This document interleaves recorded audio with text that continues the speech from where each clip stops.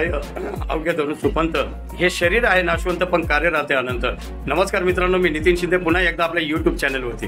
तर मित्रांनो, आपल्याला माहितीच आहे की आपण आपल्या यूट्यूब चॅनलवरती अशा लोकांची मुलाखत घेतो जे समाजामध्ये राहून समाजाचं आपण देणं लागतो या उद्देशाने जगतात, झटतात आणि आपली वेगळी ओळख निर्माण करतात. अशी ज्यांनी आपली एक वेगळी ओळख निर्माण केलेली आहे. गेल्या 15 वर्षापासून पुण्यामध्ये हडपसर परिसरामध्ये ज्यांचं कार्य चालू आहे आणि महाराष्ट्रात नव्हे तर भारतामध्ये सुद्धा त्यांच्या कार्याची अगोदर चालू झालेली आहे आणि प्रगती सुद्धा त्यांची खूप आहे. असं तळागाळातल्या लोकांसाठी मेडिकलवरती काम करणं आणि शिक्षणावरती काम करणं हे ज्यांनी केलेलं आहे ते माधुरी पाठक मॅडम. तर आज आपण त्यांच्याशी भेटणार आहोत. आज आपण त्यांच्याच कार्यालयामध्ये बसलेलो पुणे हडपसर येथील बेकराई नगर येथे आई बाबा फाउंडेशन, आई बाबा मेडिकल फाउंडेशन यांच्या माधुरी मॅडम. ताई नमस्कार. नमस्कार. मधुतारा सोशल फाउंडेशन आपल्या युट्यूब चॅनलवरती आपलं मी सहर्ष स्वागत करतो आणि आपल्या कार्याची माहिती आपण तळागाळातल्या लोकांपर्यंत पोहोचवावी अशी आपल्या विनंती करतो. नमस्कार, माझं नाव माधुरी सुनील पाठक आणि माझं आई बाबा मेडिकल फाउंडेशन म्हणून एक संस्था आहे जी 15 वर्षापासून आम्ही सोशल ऍक्टिव्हिटीमध्येच काम करतोय आणि वेगवेगळ्या हॉस्पिटलचे पेशंटला मदत करणे व बाहेरच्या पण काही महाराष्ट्रातून येणारे पेशंट असतात की ज्याच्यामध्ये आपण हार्ट, कॅन्सर, किडनी आणि वैद्यकीय बाकीच्या काही योजना असतात त्या पुरवणे, त्यांना मदत करणे, हे सगळं आपल्या संस्थेमार्फत कार्य चालतं.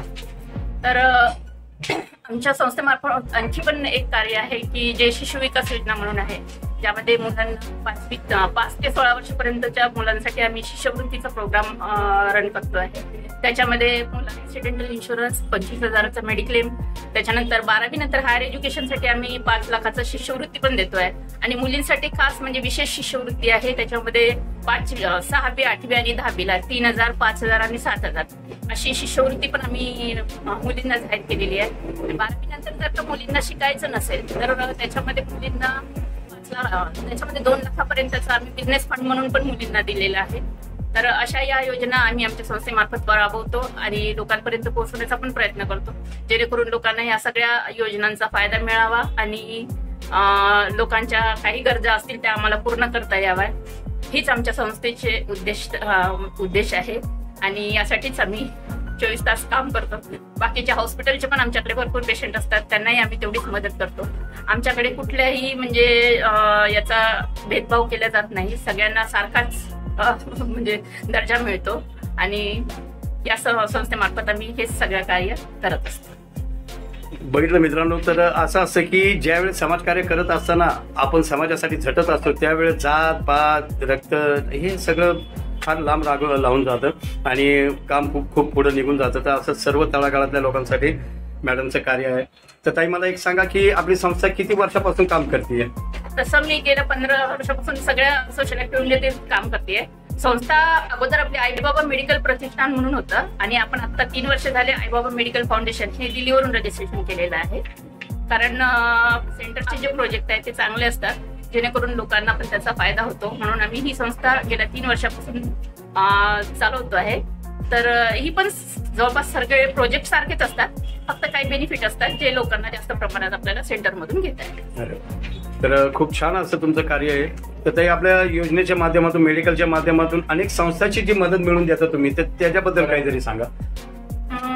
आपल्या महाराष्ट्रात तशा भरपूर संस्था आहेत, जेणेकरून पुणे मुंबईमध्ये पण आहेत.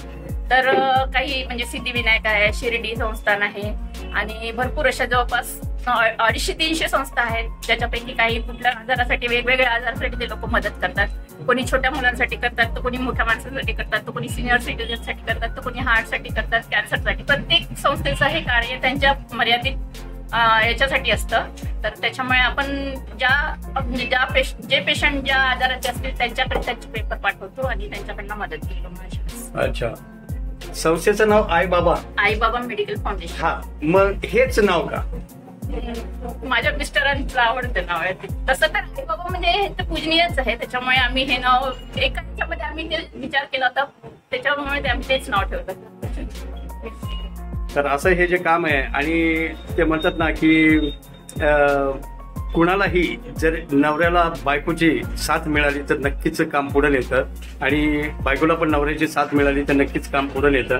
तर हे आपला इतिहास पण सांगतो आणि आपलं कार्य पण तेच सांगतं. तर ज्यांचं नाव त्यांनी घेतलंय की माझ्या मिस्टरांना हे नाव खूप आवडतं तर असं जे परमेश्वराचं जे कार्य आहे त्यांच्या हातून सुद्धा घडतंय. बोला ना मॅडम. लोक म्हणतात की प्रत्येक पुरुषाच्या मागे एका स्त्रीचा हात असतो, पण माझ्याकडे सगळं उलट आहे. माझ्याकडे माझ्या मिस्टरांचा माझ्यासोबत सपोर्ट असतो. त्याच्यामुळे मी म्हणेल की माझ्यासाठी सगळ्यात म्हणजे मित्र जवळचा जे कोणी असतील ते माझ्यासाठी माझे मिस्टर आहे. हे बॉन्डिंग जे असतं ना खरंच खूप छान वाटतं. कारण की मॅडम खरं सांगू मला सावित्रीबाई फुले आठवलं.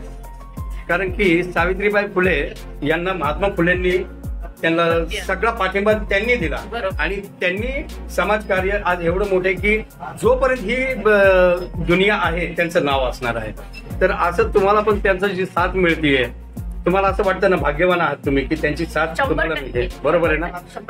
प्रत्येक गोष्टी फक्त बिझनेसच म्हणून नाही तर जेव्हापासून आमचं लग्न झालं तेव्हापासून प्रत्येक दिवसाला त्यांची माझ्यासोबत जे काही म्हणजे कुठल्या अडचणी असो चांगल्या असो वाईट असो सगळ्या आम्ही दोघांनी मिळून आजपर्यंत पार पाडत आलेलो आहे. आणि इथपर्यंत पोहोचण्याच्या मागचा उद्देश तोच आहे की आमच्या दोघांची म्हणजे एकमेकांची समजून घेण्याची जे बॉन्डिंग आहे तुमची ते खूप म्हणजे स्ट्रॉंग खूप स्ट्रॉंग आहे.